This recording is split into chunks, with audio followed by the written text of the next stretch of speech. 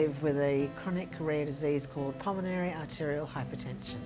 My primary is fibromyalgia. MELAS is what myself and my family have. My little boy, he's the youngest of our children, he's 8, diagnosed with XYY syndrome when he was 3. My secondary is an extremely rare form of necrotizing fasciitis. I suffered trigeminal neuralgia for almost 10 years.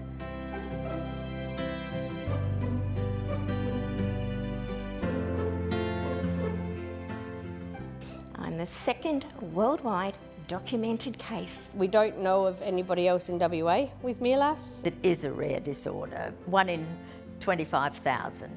I mean, originally there was no treatment for this disease. It's definitely very common in our family, but it's quite a rare disease in general.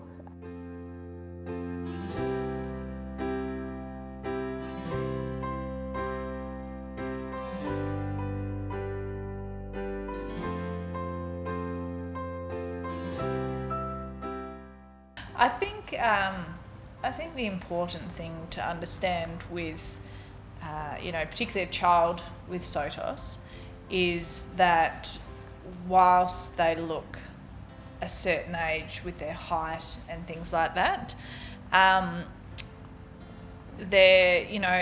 so at the moment Lettie she's 8 years old, but she looks like she's about 13, 14, that's the size clothing that she's wearing.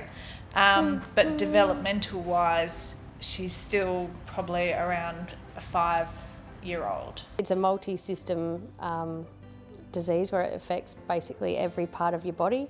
We all display different symptoms and different parts. So for example, Jordie has a few little things going on with her fingers, like her nerves, her her tummy, whereas Nathan isn't displaying any symptoms as such yet. I think the most interesting thing about him is his spontaneity. I really do not know from one minute to the next what he is going to want to do, what he's going to say, or where he's going to run. So being outside the house can be really difficult, which does make us feel a little bit isolated sometimes. Often having to go out to new places is really overwhelming for him, and therefore very overwhelming for me. You've really got to, sometimes it can be more, challenging to get him out of the house. It's easy. Oh no, he's gonna. Some days not. Don't you do it! Where when you get him out and then you do something, the reward of that on both parties in the family, it's such a huge reward. He's with the family, he's hanging out. But some days if the fight comes first, then you'll step back and just go, I just can't do it. But if you push through it, it gets easier. Yeah, still there, but it gets easier. I'm probably one of the luckier boys. I don't have as much struggles as some of the other kids, but I do still have my struggles. Like socially, I don't have many friends. I only have really one good friend. Never really hang out. Don't really have a social life. She took a couple extra years to learn to walk, and it's only in recent years that she's been able to run. But Lettie runs in her own little way. So it's just those sorts of challenges. Very short attention span. So if you give her an instruction, it's one clear instruction. She'll go away, do it, ask her to come back, and then you give the next. There's a lot of remembering that they tire easily and things like that. You got to be constantly redirecting and keeping him on track. What the? Jordie often will very quickly overheat, which means she'll faint. And her breathing becomes very shallow, which we've got to be very careful. So we carry a medical bag with us wherever we go that has an EpiPen because we have anaphylactic reactions to we don't know. Allergic to everything but allergic to nothing, so it just happened. Once we went to the snow and Sydney. Canberra. Okay, very tall. And we went back, but the day we came back, it was so hard to recover. We went there for 3 days, but on the second day, I just really wanted to go home. It's hard to live with somebody that has, I guess you can say, more of that than the rest of us. I mean, we're here because of Jordie mainly. And it's hard because you can't really do the things that you get to do, like say your friends are out doing something. You can't do that with them because as such you can, but we have to like limit the activity that we do. Because Jordie, her energy levels deplete really quickly and low as well, so it's harder. And like when Jordie is not feeling too good, we have to just kind of like stop so Mum can take care of her. So we just sit there and just wait until something happens, and then we get back to what we're doing after a few days. Jordie's recovered. But the point is that takes so long to recover from everything. But doing everyday things is hard work for Milas. It means that we have to plan our days accordingly. So if we know we've got a big day coming up, we've got to rest the day before, and we often will need to rest 2 or 3 days later. Lettie's incredibly social, which is great, but doesn't quite have the understanding of strange danger or anything like that. So we always have to keep an eye on her at the park or when you're at the shops, you know, as you would have seen earlier, when she wants to tell you what she's up to and everything. Yeah, there just isn't that sort of recognition of social cues and everything, I guess. If you don't push and like really challenge him, he'll just do this and you'll get nothing. So it's knowing you can have that after you do that. My day can look, it's very different from day to day. I can be feeling quite good, which means I may have actually gotten some decent sleep, through to waking up feeling like I've been dragged through a hedge backwards because I've had to sit up all night with the fluid retention and the congestion and all the lovely things that happen overnight.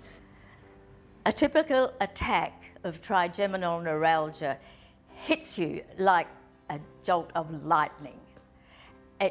And hits you over and over again, and it lasts for maybe seconds, minutes, or even longer, which leaves you totally devastated. I live on a regime of both oral tablets, and I have a life support pump, which we make up the medication each day, and that slowly administers into a line that goes directly beside my heart. And that can be very problematic as well because it leaves you open to infection. The flesh-eating bacteria, I have it in my head. Usually it attacks your limbs or your muscles, so they amputate them.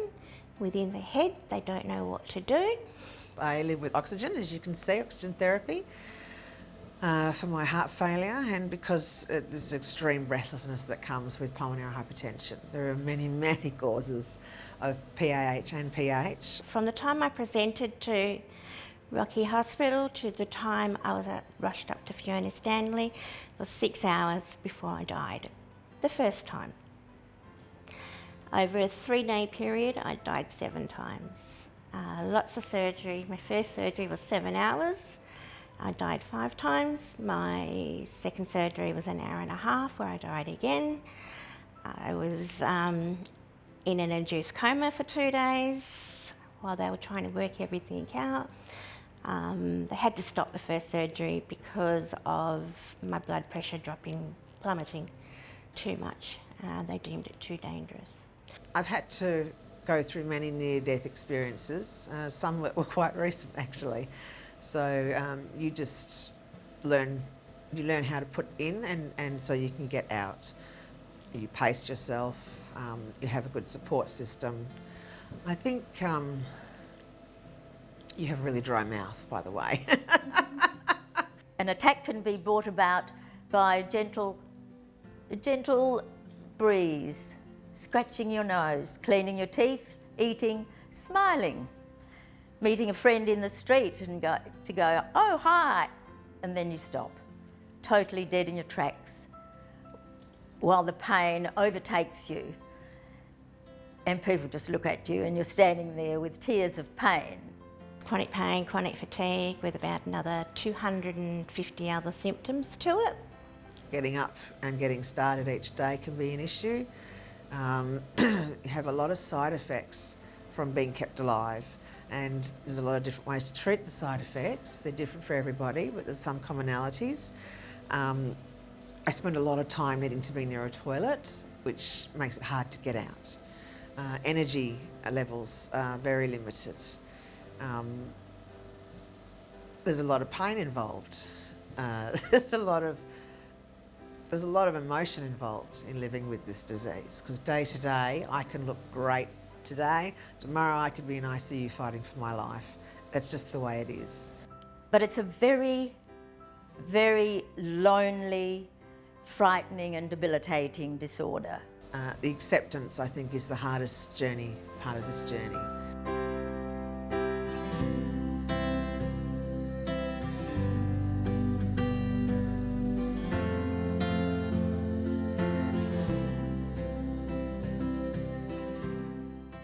Lettie struggles, I guess, because of the attention. So with her schooling, they have little stations, and she's, like I said before, she's only able to have sort of the one little thing and then a 5-minute break and those sort of. So it really is that sort of baby steps in learning and repetitive in ensuring that it sort of gets in. So, you know, we take every day as it is, and small wins are big wins for us. We do homeschool because we have a lot of appointments, because in school every week I probably go to 2 appointments in 2 separate days, and then I was behind in my schoolwork because of those appointments. I like to homeschool because it's much easier than in school. And when I was in school, I found the work really hard because everyone else, we all had the same work in school, and I couldn't really understand what it was and how to do it, and I kept forgetting. School's alright. In primary school, like year 4, year 5, year 6, I didn't really fit in. I was always getting sent home, always suspended, and never really given a chance. Everyone always looked at me as like the naughty kid. I got to high school and that didn't work, so homeschooled for a couple of years. And now I'm at a good school called Ultra One, and I've done some good recovery with them, and hoping that start of this year I can leave school and go into an apprenticeship. When Lettie first went to school, she went to a mainstream school, and they were very accommodating, but it soon became apparent that Lettie needed more help, and she really needed to be somewhere where teachers were more focused on the individual needs of the child. And so we moved schools, and it has been great for Lettie, but you know, some of the downsides is that because she is so social, she lacks that in the classroom. So it's a bit of a double-edged sword for her. But the lucky thing we have is that the school she goes to is entwined with the mainstream. Testing. That's enough. So at lunchtime she has some friends in the mainstream, so she goes and plays with them, and some of her little friends from her class will join her, and so she's very good at really mixing in well with everyone. But yeah, schooling wise, it's much better that she's in an environment where it's better catered to the individual needs. And then, you know, with her extra things that she needs, like physio and OT and all of that, and they come into the school and they work with the teachers, and yeah, so it really is a better place for her.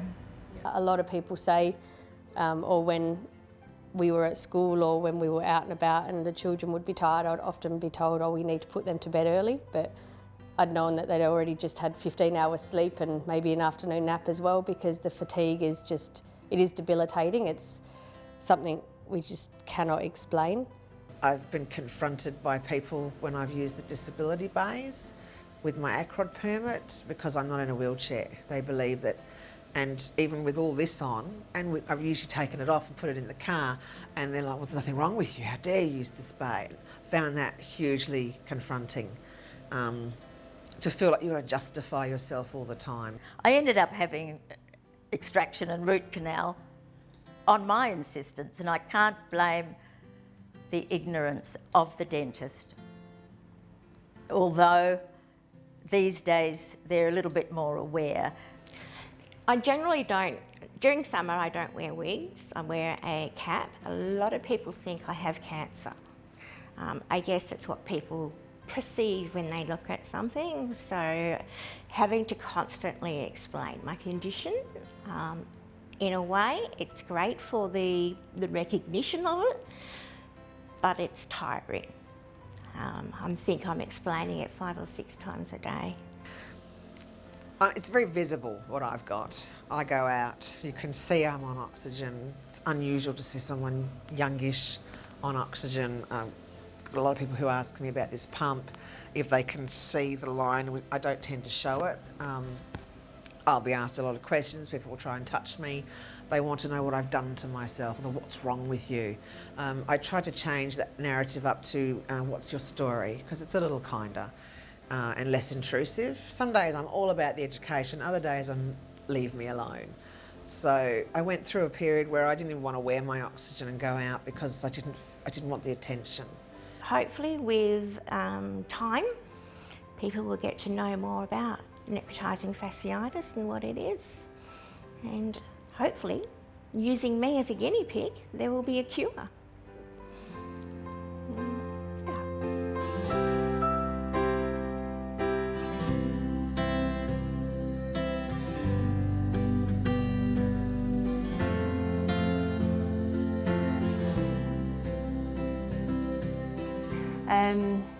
He is a little firecracker, I think is the best way to describe him. Fairly minimal verbal. He was non-verbal up until about 2 years ago, but lots and lots of therapy have gotten him to be able to speak, and he uses the communicator as well, which has really helped us a lot.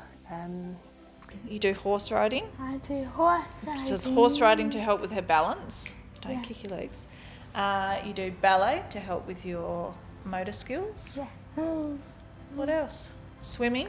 Swimming lessons. Yeah. She likes to do lots of things that are active. That kind of is what. And sport. Yeah, you like your sports and your cross country and everything, don't you? I do cross country.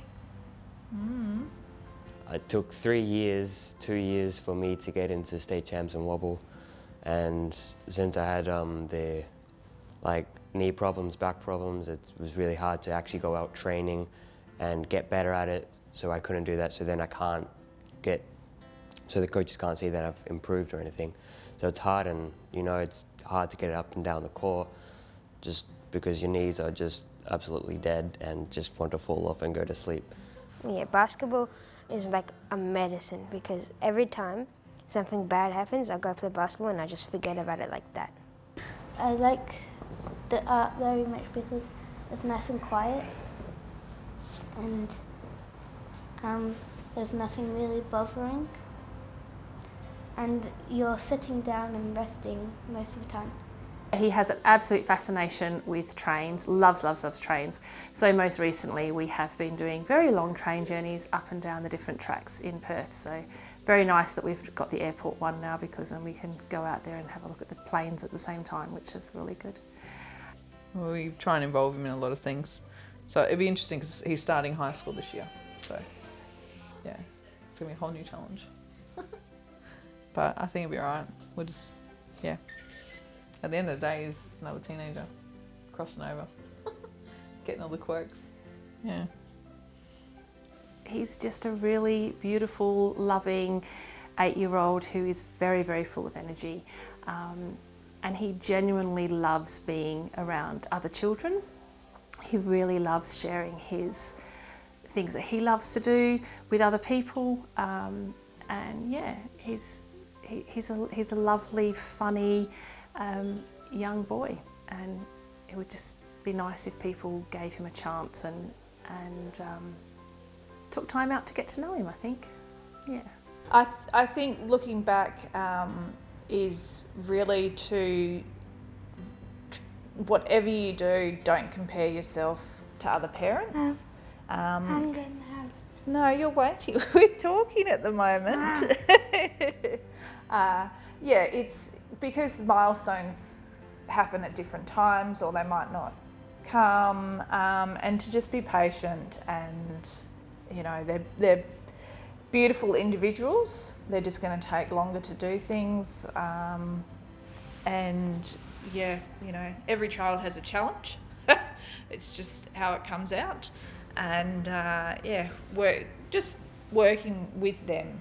I think that's the biggest thing I've learnt.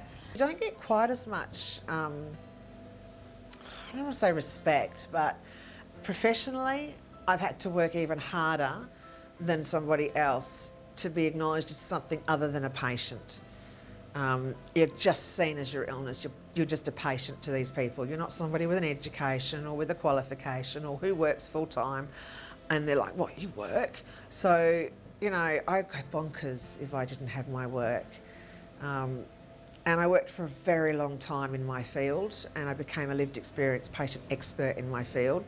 And I've had several contracts, global contracts, to work with, usually with pharmaceutical companies on projects, which is fantastic because they're finally respecting the lived experience. And we're getting to make some of those decisions or influence some of those decisions. Sometimes it takes different visits to different doctors to find somebody you want, and you must try and find the right one. And the most important thing on the beginning of your journey is to make sure your diagnosis is perfectly accurate. But you know, we know what it means to push through and have a sense of achievement when we get through it, because some people just, they don't have to go through anything like what we go through, the MELAS and that. I think, you know, the main thing is take each day as it comes, and don't compare yourself, because they will flourish in their own way, in their own time, very much so.